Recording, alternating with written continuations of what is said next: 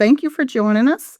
My name is Camelia Williams, and I am the manager for the National Life Group LifeChanger of the Year program. Thank you for joining us today. We bring you here today, first of all, good evening. And we want to make sure that you guys are aware that we are recording this. So we will be putting it on the Life Changer of the Year website. All right. But like I said, good evening and welcome to National Life Group's Life Changer of the Year Teacher Talk series. We're delighted you've joined us for today's conversation on retirement readiness, what you need to know to prepare with confidence. Teacher Talk was created to bring educators together for meaningful conversation that supports your well-being and the well-being of the students and the communities you serve. If you joined us for our last Teacher Talk, we focused on preserving educators' mental health. Today, we're continuing that conversation by exploring another important aspect of well-being, your financial health and retirement readiness. Whether you're just starting your career or mid-career or approaching retirement, today's discussion will provide practical insights to help you plan with greater confidence for the future. As we begin, please feel free to submit your questions in the chat. We'll get to as many as we can throughout today's conversation. Now it's my pleasure to introduce our moderator, Chris Newbern, Director of Marketing at National Life Group. Joining Chris are our panelists, Celine Stevens, the 2023-2024 LifeChanger Award winner and transformation coach in Orangeburg County School District, who will share mid-career educators' perspective on financial wellness. And we're also joined by Ginger Abney, our 2025-26 LifeChanger Spirit Award winner and kindergarten teacher with Benville Parish School Board. Ginger is a Louisiana Teacher of the Year semifinalist, the first in her parish. She serves as lead teacher, a member of the instructional leadership team, parent and family liaison, and she's a K-2 content leader. All right, so those are our panelists. I'm going to turn it over to Chris now, and thank you everyone for joining us. All right, thanks for that great intro. It's real exciting to be with you all today to talk about retirement readiness and what you need to be thinking about as you're going through your teaching career, kind of no matter where you're at in your career. Thinking about retirement cannot happen soon enough. So whether you're, at the end, in the middle, the beginning, this information we think will really help you all have a better understanding of where you might be, where you need to be, what you might be thinking to do, and really kind of what the retirement world looks like, especially if you haven't looked into it before. And Celine and Ginger, we've talked before on a lot of great topics. And we last time we visited, I think y'all are both in really great shape, so they got great information to share with y'all. So kind of want to kick this off. I want to get a feel for our audience. So we're going to start with a poll here. So Kami, if you can roll our first poll up here, I want to get a feel for how well kind of our audience here, we got a whole bunch of y'all understand your retirement system. And so rate your knowledge on your state retirement plan. Is it excellent? Do you have a basic understanding? Do you know it exists? Or are you now just surprised to learn that you're in a state retirement plan? So while everybody's doing that, I want to go to Celine here. And with our first question, it's like, when did you start learning about your state retirement plan? Well, good evening, everyone. I really didn't start learning about my state retirement plan until midway through my career, maybe like year 8 or 9. That just wasn't something that was very important to me to begin with. Now I know a lot more about it. I know in my state, I'm in South Carolina, I have to have my number of years of service plus my age equal 90. And when I started doing the math, I was like, oh, I don't retire when I thought I retired. I have a little while to go, but I still have lots of life left in me in the career, so that's okay. But yeah, I didn't really start looking into my state plan until about midway through my career. All right, fantastic. And Ginger, I know when you started, but can you tell everybody else where you started? Because you had you had a head start and a leg up that most people don't have. So tell everyone about your experience. Good evening, everybody. I actually started learning about retirement at Grambling State University before I even graduated. And once I entered into the education realm, I got even more insight into different retirement plans and what I needed to do to make sure that my future was set up for success. So I started immediately. Yeah, and that like you're learning about it at college. I mean, most colleges, they're just getting people ready to be teachers. They're not sharing that financial information. It's kind of like what they say in a lot of schools, that financial literacy is lacking. And I know as educators, a lot of y'all are out there trying to, kind of sneak that into your lesson plan. So it's great that you got that while you were in college. So, I mean, right now, since you started so early, I'm assuming on my poll here, where would you rate? I'm assuming you put excellent for your knowledge about your retirement plan, but I'll let you say it for yourself. What do you think your knowledge is at? I did put excellent. However, I believe in being a lifelong learner. There's more to learn, but I would say it's pretty good. That's fantastic. Well, and but continuing to learn and paying attention to it's really important because some of these plans, people they get enrolled, they start in, but the plans can change on you underneath you while you're still in there. I mean, both y'all are shaking your heads. I'm sure a lot of people on the line are yeah, I've seen that happen. I mean, my mother's a teacher, my wife's a teacher here in Texas, and you know, they've got 5 tiers to their plan. I mean, it started when my mom was teaching; she had 1 tier. I think when my wife started, there were 2 tiers. Then all of a sudden, a 3rd tier, a 4th tier, and a 5th. I say it's the most tierable system in the country. I mean, if you open up their booklet, there's actually a map to figure out where you're at. So if anyone that I know we have some people on the line from Texas. If you haven't opened up your booklet, open up your booklet and see where your map is. So, Celine, I want to go to you. What do you think you rate your knowledge, your for the retirement system in California, and California, South Carolina? I said basic understanding. I don't know all the ins and outs of it. I've learned more along, especially now that a lot of teachers I've worked with, they are starting to retire. So then I just talk to them too, and I've learned more about it, and I've looked up some stuff for myself. But I'd say just basic understanding. I know there's probably much more to learn.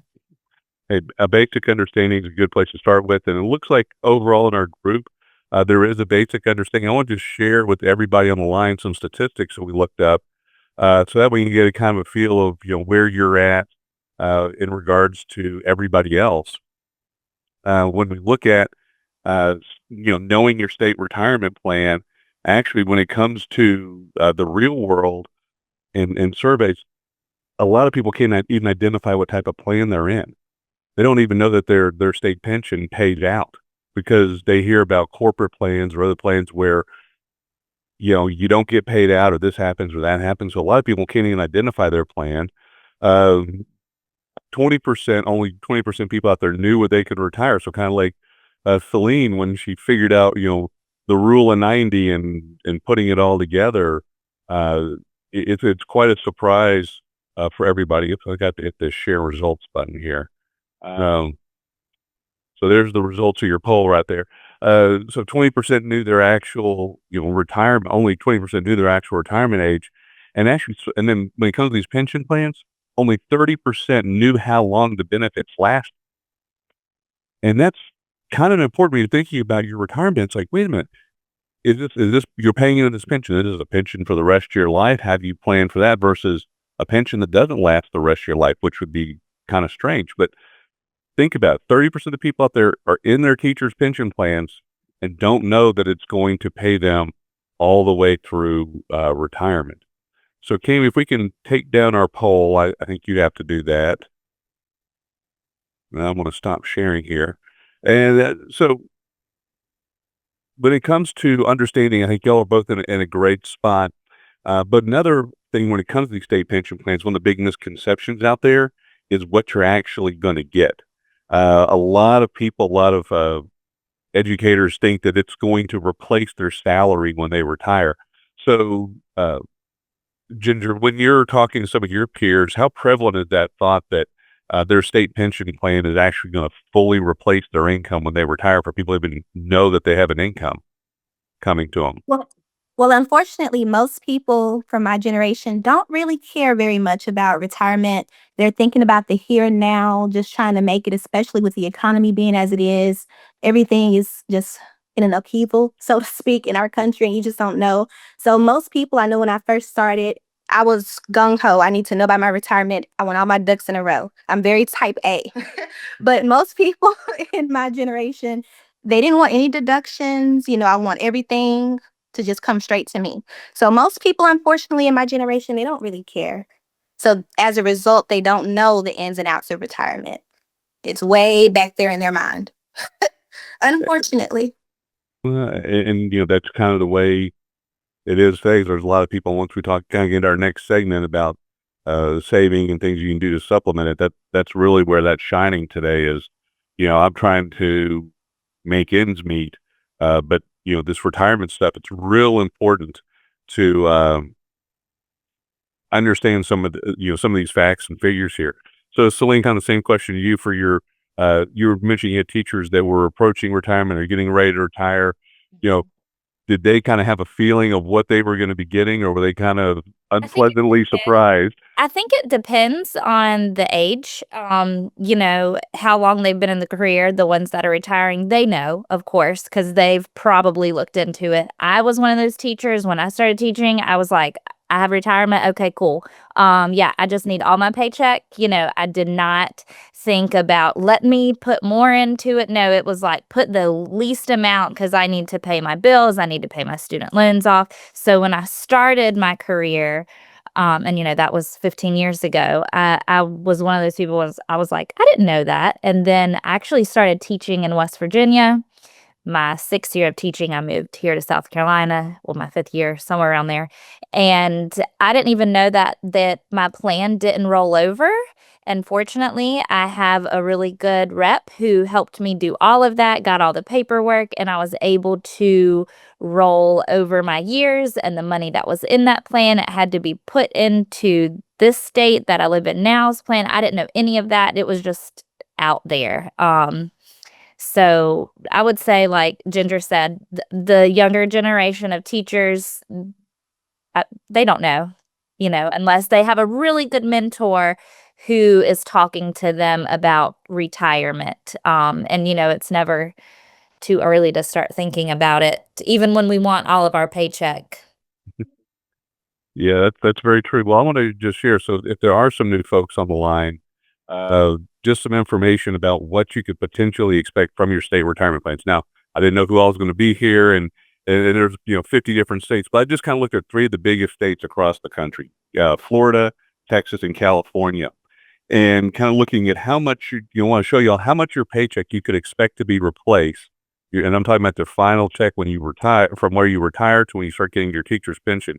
If you retired as early as you can versus waiting till 60, because like Celine stated, rule of 90. The first one here, Texas, they got rule of 80, which means that's probably someone in their late 50s.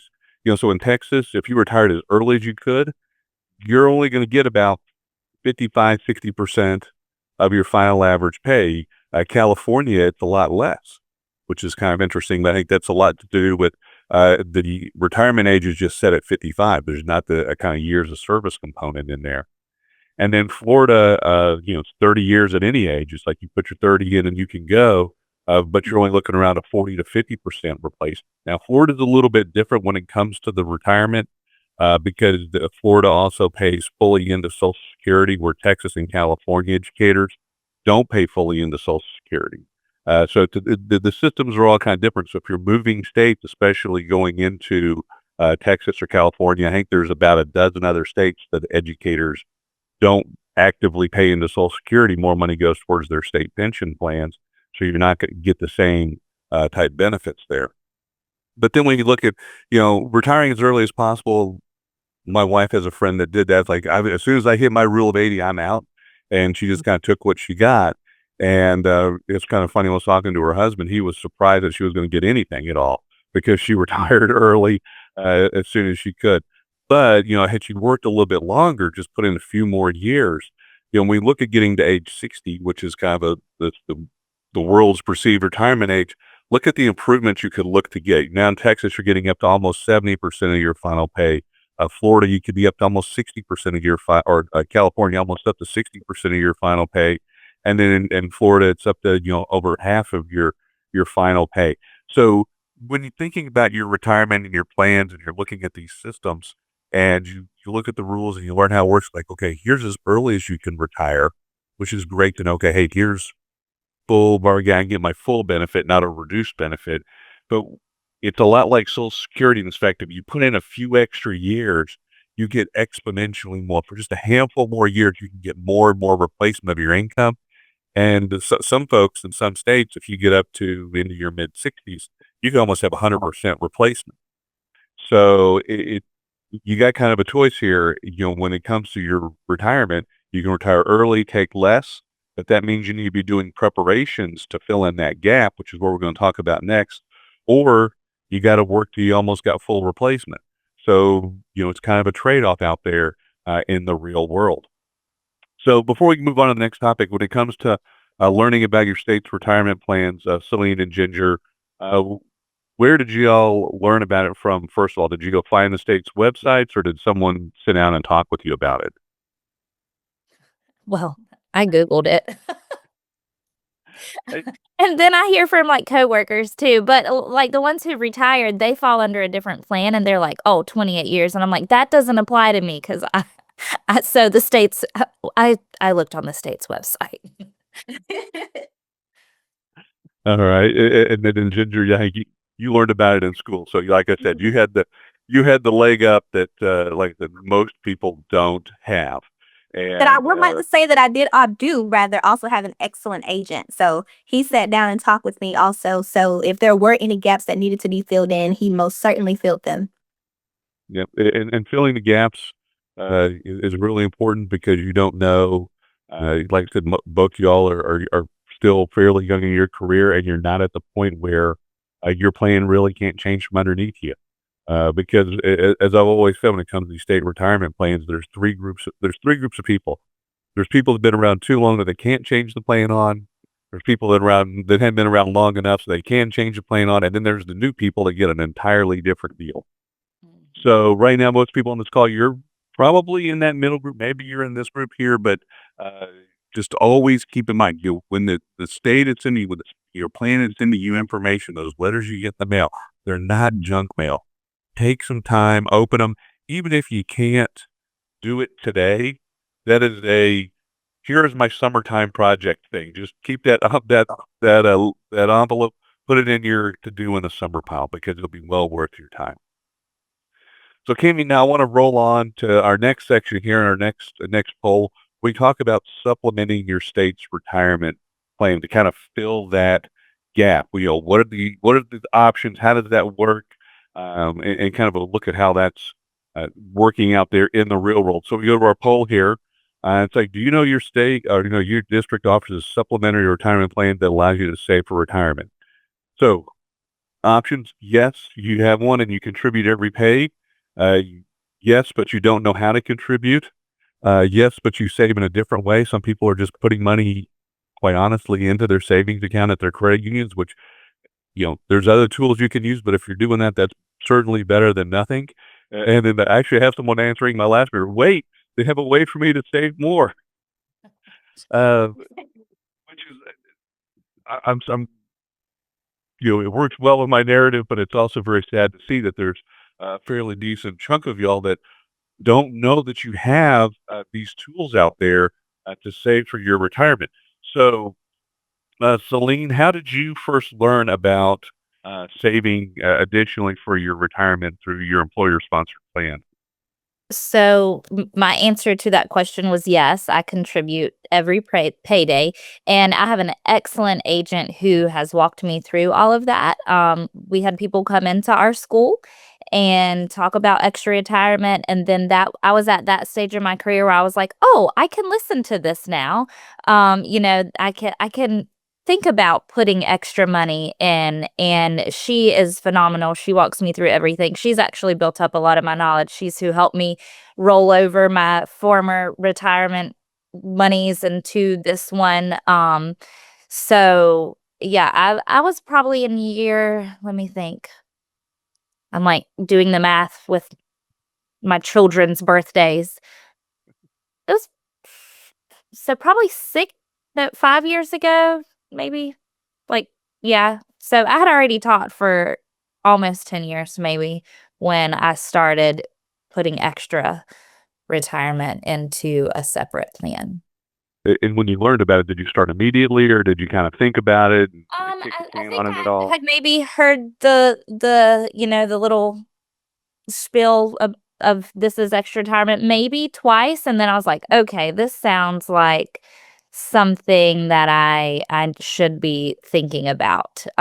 Because my husband has a great retirement plan. He works for the railroad, so he gets really good retirement from that, and then we'll get mine, and then we'll get the extra one. So, we were at the stage where we were like, "Okay, let's start thinking about our future now that we're 30s." It's never too late, and procrastination does happen. So Ginger, I think we know what your answer is going to be, since you already knew everything when you showed up at your school. But when did you start getting contributions into your employer sponsored plan? Well, I've been teaching 9 years. I started year 9. Immediately after graduating college, I knew I wanted to get a jump start on it. So, yeah. And every single year I increase it. Yeah, and for the folks that are younger, that just started, maybe just out of college, starting to save quickly and as soon as you can really helps. It helps you achieve your goals that you want to have, to maybe be able to retire at the earliest window of time, because you'll have something built up. Because time, when it comes to saving for your retirement, is truly your most valuable asset. Because the sooner you put in, the less you have to save on a regular paycheck basis. So, I mean, if Celine and Ginger, they started at the same time, Celine's going to be putting more money in today than Ginger did yesterday, and they could be both ending at the same point. But it cost Ginger less out of her paycheck throughout her career, um, than it is Celine, kind of towards, I'm not saying y'all did that. I'm just saying, comparatively out there. Um, Well, and it's kind of like a savings account that you can't touch until you retire. Yeah, very true. And a lot of people say, "Well, if I put my money in here, I can't do anything else with it." It's like, that's kind of a good thing. Right. There may be fees on the account, or rules, or the IRS rules that can't keep you pinned in. But those things that keep you pinned in is actually what keeps you on track. Because if you have money in a savings account, that all you got to do now, especially nowadays, where it's what, 2 taps on your phone and that money is now here to here. What happened to that money in that savings account? Is it there for you down the road, or does it get moved over to that checking account and spent relatively quickly? So, having these rules in place are very useful. Now, I'm going to kind of share our poll here, and then share some more statistics group here. So I want to share your results. Hopefully y'all can see those now. So pretty good group, chunk of the group. Yes, they're in, and yes, they contribute all the time. Here's the yes, but I don't know how. I mean, we'll talk about the how here in just a few minutes. So definitely for that person to pay attention there. Yes, but you save in a different way. That's great. If you're the different ways that are out there, if it's just a regular savings account, I'd say, especially if we discuss more of using your employer's plan, there's some advantages there. There's tax advantages that can reduce, especially if you end up owing the IRS every year. You could help mitigate that by using your employer plan. And then actually putting money into your employer plan costs you less out of pocket than what you may be sending it today, because you get to contribute to it pre-tax. So like $200 a month in pre-tax, and maybe only affects your pocketbook by around 180, because it's done on a pre-tax basis. But for those of y'all that aren't saving as much as you'd like, or just now getting started, just so you know that you're not alone out there. Again, looking at some statistics, when we look at Gen Xers in school districts retirement plans, 37% of Gen Xers are not participating. 38% of millennials are not participating. They're not setting aside this extra money. 50% of Gen Z. So, Ginger, to your point, exactly. Uh, Coming out of school, you've got student loans, you've got this, you've got that. You're not setting aside, you don't have the budget to set aside money today in your retirement plans. We have 50% of Gen Z not participating in those retirement plans. And we need to really, if you're in that group, I implore you to get moving. And if you have new teachers that start and you're currently saving, encourage your peers to start saving, because the sooner they start, the better off they'll be. My son, for example, he came out of high school. He said, "Dad, I don't want to do college." He went and became a carpenter, and his job offered a 401k. And I said, "Start putting money in, start putting money in." And he did that. He was like about 20 or so when he started, 2021. And when he was 23 and a half years old, he opened up his envelope from his 401k. He goes, "Dad, I got $20,000 in here." He was so excited, but it was just because, he listened to his old man for once in his life and is actually getting a little bit ahead of the game there. Mhm. But when we Well, it look is surprising when you see that. You're like, "Oh, already? Okay, very nice." So Yeah. yeah, it encourages you to keep going. Mhm. and I think that kind of goes nicely in the next bit or so. Right now, the average contribution is about $416 a month, and I hope this is my next slide here. So when you're talking about saving and putting money in, getting started is really important. Ginger started right off the bat. Celine started a little bit later in her career. But a lot of people, when they get started saving for their retirement, they may have heard this thing out here that's attributed to Albert Einstein, is that compound interest is the most powerful force in the universe is compound interest. And compound interest can be a very powerful force, especially if you've ever had a credit card at 18 to 19%, right? You can kind of see the effect of compound interest. But when you're saving for your retirement, it can be just as powerful. But a key for that compound interest to really work well for you is that you have fuel for it to grow from. I think about compound interest as like gasoline on a fire. So if you have a fire that's just made of a whole bunch of little sticks, even if you add a bunch of gasoline, it's just not going to grow very well. But if you've got a fire that's got logs in it, that's big chunks of money, then you throw the compound interest on top of that. You can really see the momentum growing from that point. So, kind of a question to Ginger and Celine. I mean, when you first started, you first were looking at your statements. I mean, how did it feel? Did it feel kind of slow, or did it feel kind of fast? I mean, as you were building up your savings. We'll start with Ginger since she's been saving the longest. Well, as I stated, I'm very type A. And the thing about my family, everyone's an educator, everyone. So honestly, before I even went to college, these educators in my family were telling me what I needed to do to be successful, not just as an educator, but just around all realms as, as an adult. And so when I actually saw and even to this day, when I see what I have, it's an amazing feeling because, like you said, it's compounding. You're doing something toward not just the here and now, but towards your future. And that's always been something that's significant to me. I don't want to just focus on right now. I want to be able to retire and be done. I'm not going to be one of those educators who goes back. When I go out of the classroom, I'll be out of the classroom.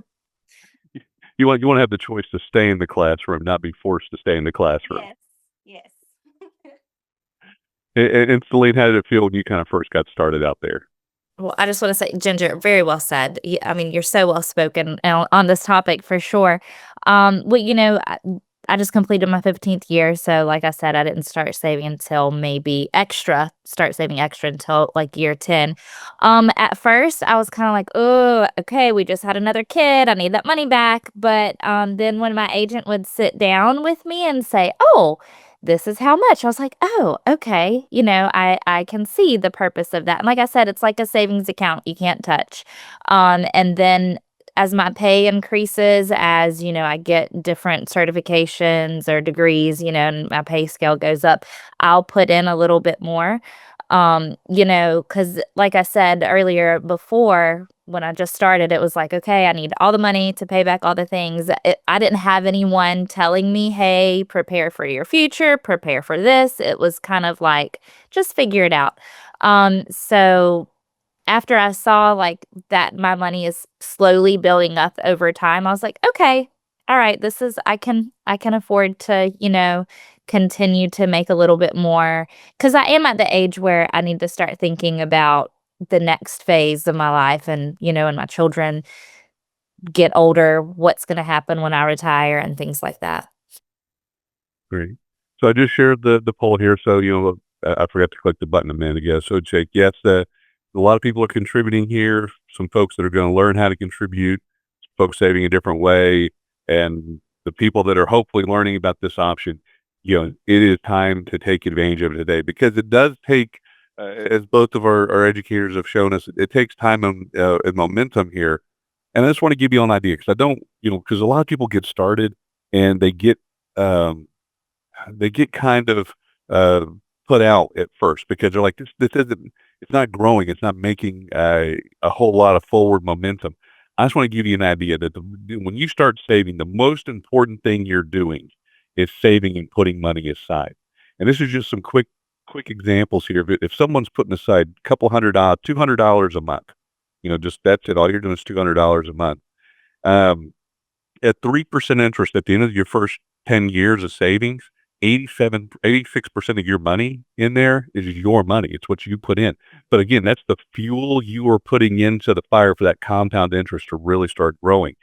Even if you got 5% on the average, on your savings here, still almost 75% of the money that's in your account at that point is your money. So, as your account grows, it's your money going in, but it's also that interest earning as you take time and let it continue to build. Kind of like Celine was saying, I had my other kid and I needed to take some of that money back, but then her advisor's like, no, look, here, you're doing well, and keep moving. One of the biggest things, I think, I'll let y'all chime in.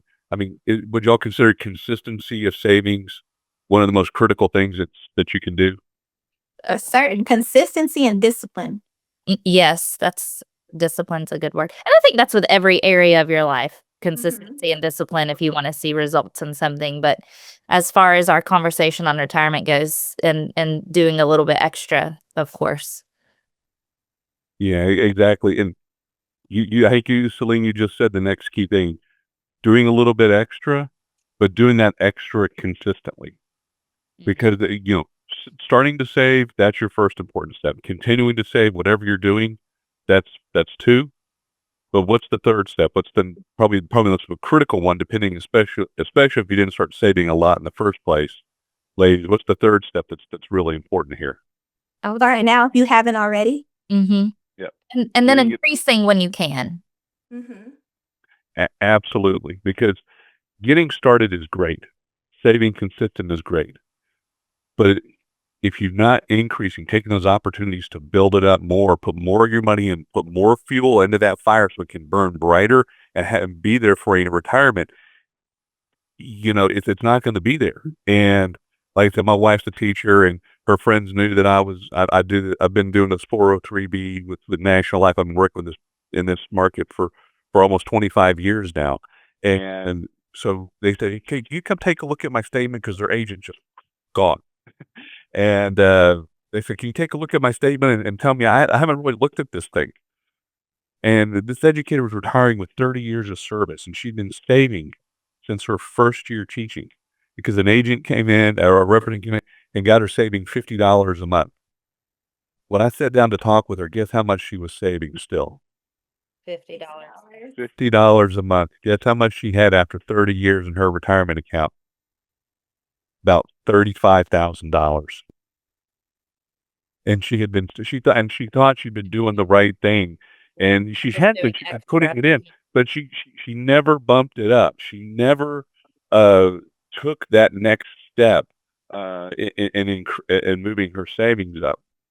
So it's And that's really why platforms. I'm sorry. Oh, no, go no, ahead. right. I think you're gonna hit my point. So Ginger, you take it. You take I it was and gonna go. say that's why platforms like this are so essential, because a lot of people don't know. She probably thought, okay, I can just do this 50, kind of be lax with it, and I'll be good. But when you actually know better, you can do better. And most educators, they just don't know. So some of it is just a lack of knowledge. And I'm so glad we have so many participants here. Kudos to you guys, because if there were some questions that you had, or maybe some misconceptions, hopefully we've cleared those up.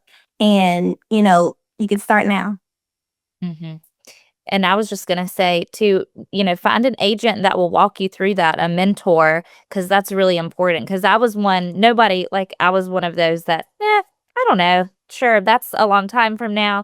But now, like I said, I'm starting in that next season to where it's important. So find someone to walk you through it and an agent and ask questions. And now that it's summertime, your summer brain can focus on some of these things.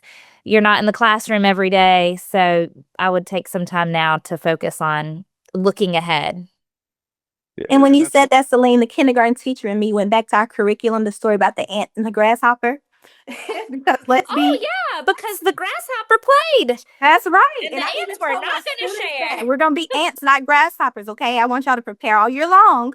Oh, And I then love once that. yes, and it works and it really connects with them. So Yep. you wanna prepare so that when our winter months of your life do come, you're not, oh my gosh, scrambling trying to see what am I gonna do because it wasn't what you thought. So That's such a great story, yeah, and I think don't be y'all the just gave me grasshopper and play around.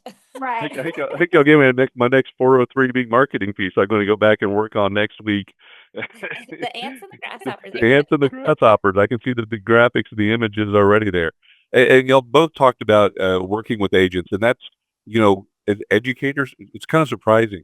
As educators, y'all have agents, y'all have financial professionals that come in to work with y'all, that are willing to help y'all, to help guide you and talk you through this. It's funny if you talk to most people, Celine's husband, anybody, even me in corporate America, we have a 401k plan. What do? They fly by the office in January and say, "Hey, here's some information," and then they disappear. As educators, y'all have one access without paying for it in pretty much all cases to financial professionals that are here to help, as Celine calls it, to be a mentor, to help guide you through retirement.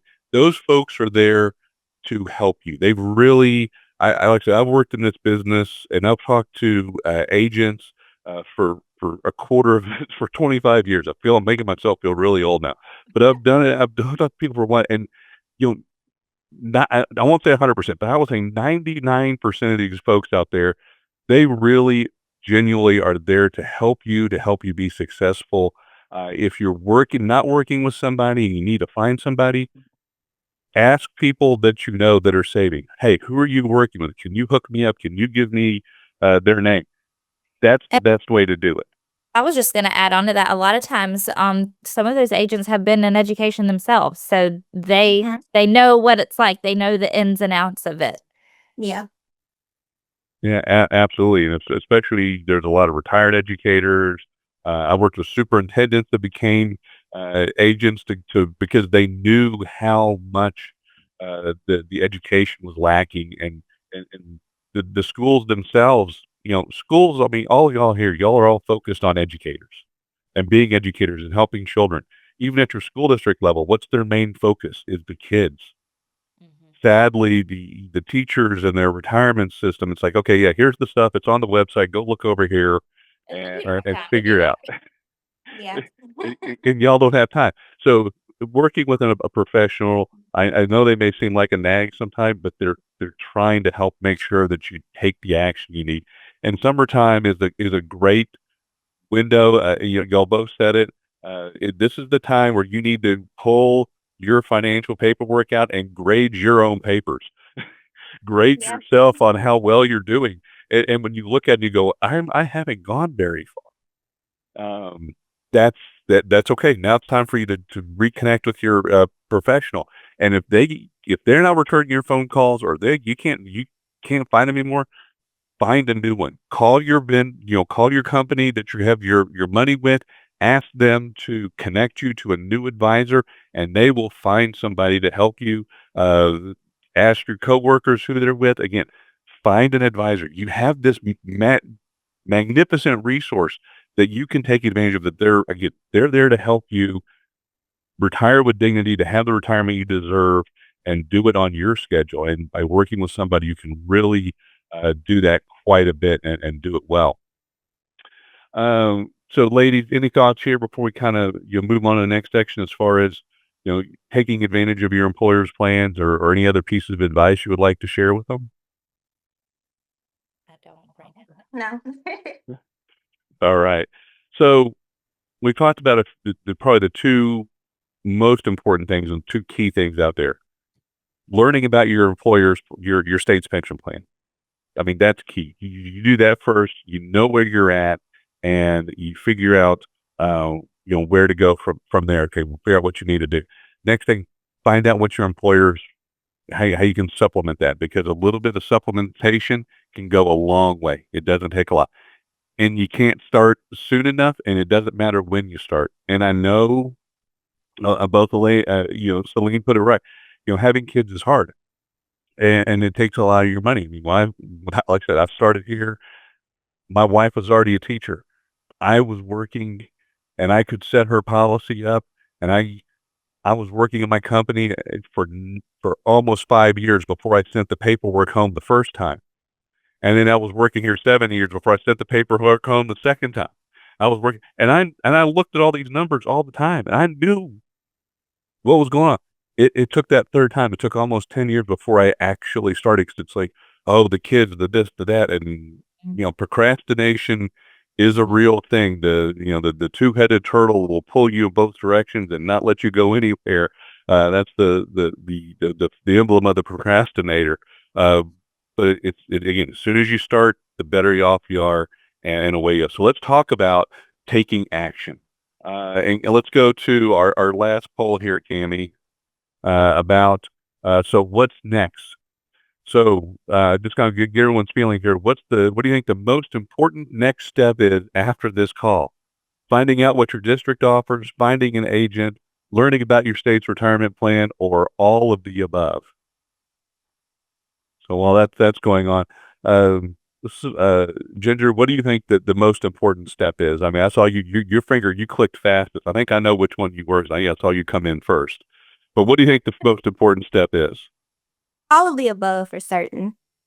Finding out what your district offers, finding an agent, learning about your state retirement plan, all of that. And Celine, what do you think the most important step is? I agree. I said all of the above too. It really. Sorry, I cut you off. Go ahead. Oh, no, I was just gonna say, and I'm always the one in the summer, I was like, "Oh, I can do this during the summer. I can think during the summer. I can read a book." And, like, now would be the time to do it. Yeah, and I think it looks like It's a very timely call. yeah. So what's next? I think pretty much everyone agrees it's all of the above. But really, from my point of view, there's no wrong answer. If you already know what's what in your district, and you just need to find an advisor, find that advisor, that professional to kind of get you going on your path. If you just want to learn about what the rules are before you even talk to anybody, so you have knowledge. I know educators, like Ginger said, being a lifelong learner and understanding everything is real important. So you may want to learn some stuff first before you have those early conversations. That's not a bad place to start either. There's no bad place to start. And I know, this is, coming up here on 45 minutes, we've gone through a lot of stuff, and some of y'all might be wondering, am I going to remember this? I didn't take good notes. I left my notepad at home. Well, I want to share with you a few resources that are available. And one of them here is provided by us at National Life. Should pop up here in just a second. It is our retirementhomeroom.com. And you can just simply write, that's the web address, retirementhomeroom.com. It's got lots of great information out there. A lot of the content that we talked about today is out here for you to use. And it kind of takes you through a retirement journey roadmap. So, what are the 3 steps? We don't like having a whole lot of steps when it comes to anything in life. We want it simple and straightforward. So getting your retirement on track is simple and straightforward. Assess your situation. Like Celine just said, it's summertime. You got summer brain. You're not worried about your kids. You're not worrying about, you worry about your kids, Celine. You're not worried about your students and Everybody else's kids, yeah. everybody else's kids that you're having to raise. My wife says I've raised hundreds and hundreds of kids by this point. She's a 6th through right now 6th through 8th grade special ed teacher. So Oh. she doesn't have a whole lot of patience for me at the end of some days because of her kiddos. But during the summer, she has the time to think about it and do stuff like this. So evaluate your status, learn about your plan, identify, if you have that shortfall, and your your financial professionals can help you with that. Start planning, learn about what your supplementary options are, gather together all your assets. Because one of the most important things you do, if you have, um, uh, your statements, your TRS stuff, and so when you go talk to a financial professional, if you have all that information together, it'll make life a whole lot easier for them to help guide you down that path, and then find that financial professional, and then lastly act. Start your contributions with whatever amount you can afford.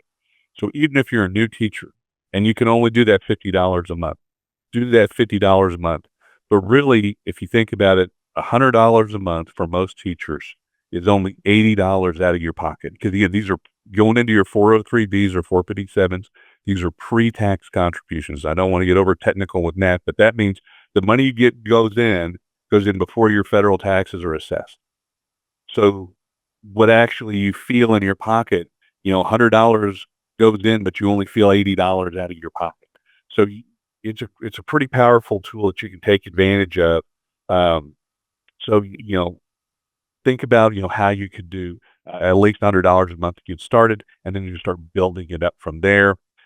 Stick with your plan as we talked about it, and then increases. Like I said, my wife's stories, it's a true story about my wife's friend. I couldn't have made that up if I wanted to, but she really was just floored. She's like, "Well, what can I do?" She had like 2 years left of teaching, and I said, "Just put everything in. You're just gonna have to max out, hundreds and hundreds. You need to be putting half your paycheck in each month." And she's like, "I don't know if I can do that." I was like, "Well, you just need to put in as much as you can here in your final year. So you don't want to have that be the case. Start soon, increase on a regular basis, and you'll be in just perfect condition." So before we kind of open up to questions, Ginger, any final thoughts as far as kind of the plan here and thing you'd like to share with our audience? Just looking at your slide you have up there, the word roadmap. The roadmap won't do you any good unless you get in the car and drive. So now that you have a sense of direction, if you maybe didn't before, start now, like Celine said. There's no wrong answer. Get started now. Think about what you want for your future. We've mentioned the word consistency and discipline and things like that. So look into it if you haven't already. Don't feel bad if you haven't, because most people don't know, and that's okay. But get started now if you haven't. If you have already, increase it, keep going, plan for your future. Great.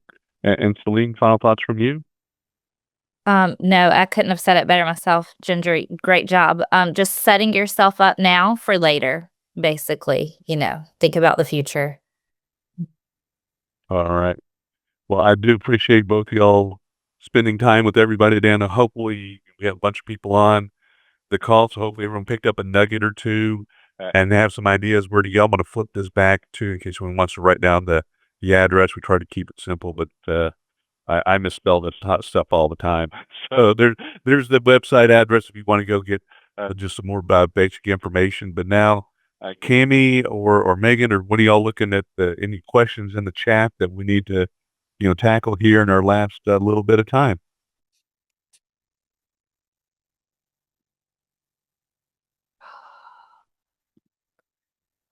We do have some questions. I think Megan's been keeping track of them. Yes, we do. Okay, so we had a question from Jackson Lee, and it says, as retirement patterns continue to change, what is one retirement planning strategy that educators often overlook but may become increasingly important in the next decade? That's a tough one because there's you never know what's really going to change. I think one strategy looking back at the statistics, the strategy that's overlooked, it's saving in your employer-sponsored plan. A lot of educators think, okay, I've got my state pension, I'm covered, and there's like, I got it, that's all I need. So by learning about your employer-sponsored plan, the different choices, There's lots of different ways you can save. I mean, again, educators got really, when I think about the ability to save for the retirement, you got a Cadillac plan. You know, any corporate guy, they got, here's the company, here are your choices. With educators, you got choices from mutual funds to annuities to 403B plans. Some districts got 457 plans. You've got so many choices with so much flexibility. You can find the solution that's right for you, and do that supplementary savings to really make sure you achieve your retirement goal. Um, Ladies, any thoughts from y'all's point of view on this question? No, I think you did an excellent job answering it. Mhm. Thanks. Another question is someone asked, this is in the chat, but someone asked, will this recording be posted? And it will be posted at LifeChangeroftheyear.com. So just wanted to call that out.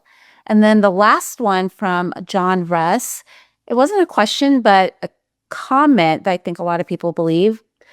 He said, I used to think all 50 states had the same benefit rate. Yeah, when it comes to saving for your retirement, and this is Celine learned this uh, when she moved states. I mean, Mhm. yeah, I live in Texas. You know, it's hard for me to change states. It takes several hours, but and especially in the kind of the southeast and the northeast. I mean, it's people go from state to state. It's like if I've seen the license plate that's not Texas, I'm shocked. But in the southeast and the northeast, there's a lot of a lot of people live in one state and work in another state, and all the state plans are different. They all have in general they're going to be around maybe 6%, or if you're in a state that doesn't do Social Security, it's around 8 or 9% goes to your state pension plan. But then they all have different calculations, and if you go from one state to another, which could be very convenient, and for a lot of people, especially who live in border cities, you can start in one state and go to the next, and they have a different plan. And as she learned, you have to move your your state pension plan to the new state to keep building up and accruing those years of service. Otherwise, you've got kind of a whole little bit of mess out there. And to So, be honest, before I moved here, when I was early in my career, I did not know anything about my state's retirement. Did not know. I did not know if I didn't work a certain number of days that it wouldn't count towards my retirement until after my first child. So I've learned a couple things the hard way. So like we said earlier, if you have a mentor, ask them these questions. yeah. One question that just came in is, can changing employers or schools affect me in any way? If you're, it, well, it can affect you, especially if you jump state borders because you've gone from one pension plan to another pension plan.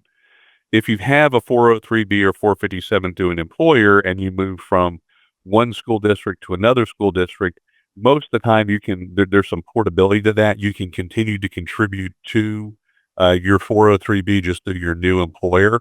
Uh, in a lot of cases, but that's not all cases because sometimes, uh, school districts can select vendors within their plans, and they may have these carriers, but not those carriers, or they may have different options.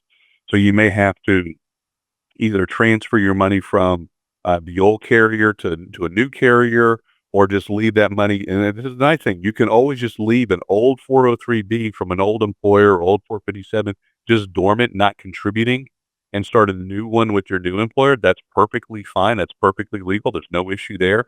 That money in the old plan can just be left there in 403B status. But a lot of carriers will allow you to convert that to an IRA, and I would really encourage you to talk to your financial professionals if you've done that, where you have money from an old plan because they weren't a vendor in your new district. Look at converting that to an IRA, because as long as it's in a 403B, you've got to kind of play mother may I with the school district or the TPA to go get to be able to access or use that money. You convert that when you've separated from service, you have that ability to convert that to an IRA, and then you don't have to go through your previous employer anymore to do anything with that money that you might want. Okay, that is the last question I've seen come through. We have a lot of thank yous and great presentations and great job, ladies, and great job to you, Chris. So that's all we got in the question box. All right. Well, again, I thank y'all very much for your time.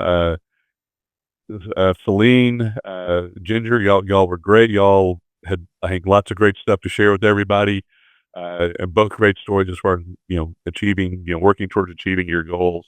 I'm very proud of both of y'all for what y'all have done. Like I said, Ginger's our A+ students. That's our Yes. overachiever. For sure. Starting rough, but like I said, she had the advantage of getting, so anybody that's in high school, if you work with students, you can slip in a bit of financial education. You can see how much of a positive effect that can have through Ginger's story of a little bit of financial literacy can go a long way. And Celine, you've done a great job as well. I do appreciate both of y'all spending time with us today. So, He deserves an A+ too. Mhm. so Cammy, I'll throw it back to you for any final remarks or wrapping us up today. Well, thank you so much. Thank you, Chris. Thank you, Ginger and Celine. You guys were wonderful. And I think everyone would agree that you gave us great information. Please, guys, feel free. We will have this recording on LifeChangeroftheyear.com. Please feel free to view it. Feel free to share it because this is great information. And we also want to let you know that this Teacher Talk series is a quarterly series. Again, we have a variety of topics. So please plan on joining us for our next Teacher Talk on September 3rd, when we'll be discussing ways to help you engage with parents. And that'll be just in time for the new school year. So I think it'll be a great conversation. But with that, we thank you again for joining us, and everyone have a great rest of your evening. Thank you. Thank you all. Thank you all. Bye.